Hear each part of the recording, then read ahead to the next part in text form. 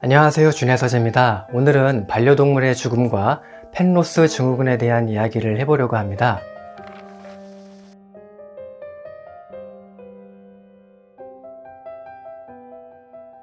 얼마 전 저의 반려묘 타로가 무지개 다리를 건넜어요. 아무런 준비가 되지 않은 상태에서 너무 갑작스럽게 맞이한 이별이라 너무 고통스러웠는데요. 사실 지금까지도 완전히 그 슬픔에서 벗어나지 못하고 있기는 합니다. 저는 그 이후에 타로를 위해 SNS에 애도일기를 올리고 한편으로는 죽음과 관련한 여러 책들을 읽었는데요. SNS에서 동료 집사님들이 보내준 진심 어린 위로와 공감, 애도는 제게 많은 힘이 되어 주었습니다. 우리 사회는 부모를 비롯한 가족이 죽었을 때에는 애도와 연민을 보내고 또 휴가나 부조금 등을 지원하잖아요. 그런데 반려동물과의 사별에 대해서는 충분한 이해와 지지, 배려를 하지 않고 있는 게 현실입니다. 그래서 미국의 심리학자 밀리 코다로는 펜로스 증후군을 인정받지 못한 슬픔이라고 표현하기도 했죠. 제가 타로를 보내주기 위해 찾은 장례식장에서 한 권의 책이 눈에 들어왔는데요.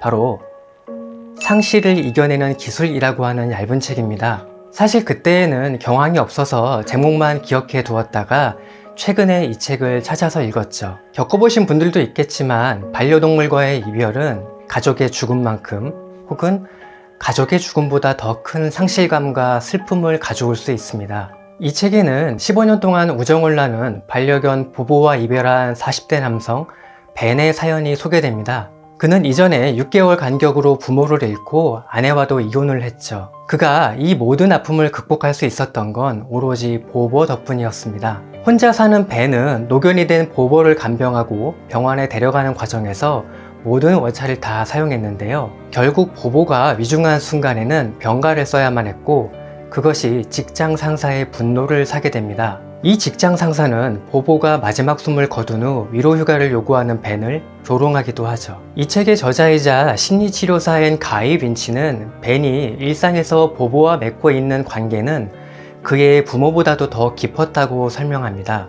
오래전에 독립한 벤이 부모님과는 개인적, 사회적으로 밀접한 관련을 맺고 있지 않았던 반면에 보보와는 일상의 크고 작은 여러 순간들을 공유했기 때문이죠. 아마 요즘처럼 1인 가구가 많은 시대에 벤처럼 반려동물과 물리적, 정서적으로 깊은 유대를 맺고 있는 분들이 많으실 거라고 생각합니다. 우리는 사회활동을 하면서 타인에게 상처를 입고 스트레스를 받곤 하는데요. 그걸 치유해주는 존재가 바로 반려동물입니다. 온갖 조건과 타협이 필요한 인간관계와 달리 동물과는 변함없는 연대를 맺죠. 때문에 반려동물의 죽음은 그러한 심신의 안정과 안도감이 순식간에 무너지는 거라고 할 수 있습니다. 그럼에도 불구하고 반려동물을 잃은 슬픔은 상대적으로 가볍게 여겨지고요. 그 슬픔으로 인해 제대로 업무를 수행하지 못하면 경멸이나 비난을 받을 수도 있죠. 저도 2000년대 중반 직장 생활을 할 때 실제로 겪었던 일인데요. 어느 날 갑자기 전 직장 선배가 제게 전화를 걸어 신입 직원 욕을 하더라고요. 이유를 들어보니 그 직원이 15년을 함께 산 반려견이 죽어서 너무 슬프다며 결근을 했기 때문이라고 하더라고요. 당시 저는 일이 바쁘다는 핑계로 서둘러 그 선배와의 통화를 끝냈던 기억이 납니다. 이처럼 소중한 존재의 죽음으로 인한 슬픔이 공감이나 존중, 이해를 받지 못할 경우에 발생하는 문제가 있는데요. 바로 이런 사회의 둔감하고 무지한 인식을 그대로 내면화한다는 것이죠. 다시 말해 반려동물의 죽음에서 슬픔을 느끼면 이제는 그 감정의 당혹감이나 부끄러움을 느끼게 된다고 합니다. 결국 비통함을 억누름으로써 건강한 애도를 방해하고 회복을 늦추게 됩니다. 그래서 만약 여러분이 반려동물과의 이별로 슬픔을 겪을 때 자신의 조직이나 사회에서 공감과 지원을 보내지 않는다면 부정적 인식을 내면화하지 않기 위해서라도 이 감정을 나누고 인정해줄 곳을 찾아야 한다고 조언합니다. 그런 면에서 SNS는 특별한 공간이라고 생각하는데요. 반려동물을 아끼고 사랑하는 사람들의 진정 어린 위로와 공감은 분명 큰 힘이 되기 때문이죠. 우리가 반려동물의 살아생전 모습을 사진과 영상으로 남기며 소소한 일상을 공유했다면 그 공간에서 이들을 기리는 것 또한 자연스러운 일이라 생각합니다. 반려동물을 떠나보낸 후 우리는 심한 자책감에 시달리기도 합니다. 저 역시 타로가 혼수 상태에서 자가 호흡을 멈췄을 때 안락사를 결정해야만 했는데요. 제 선택으로 인한 죄책감에 몹시 괴로워했습니다. 그리고 내가 타로의 병을 조금 더 일찍 알았다면 어땠을까 하는 것에서부터 타로를 위해 끝까지 노력하지 못했다는 온갖 후회 등이 저를 괴롭히더라고요. 또 지금까지 타로의 모든 삶을 책임져 왔는데 죽음 앞에서는 이렇게 허무하게 타로를 지키지 못했구나 라는 무력감도 들었습니다.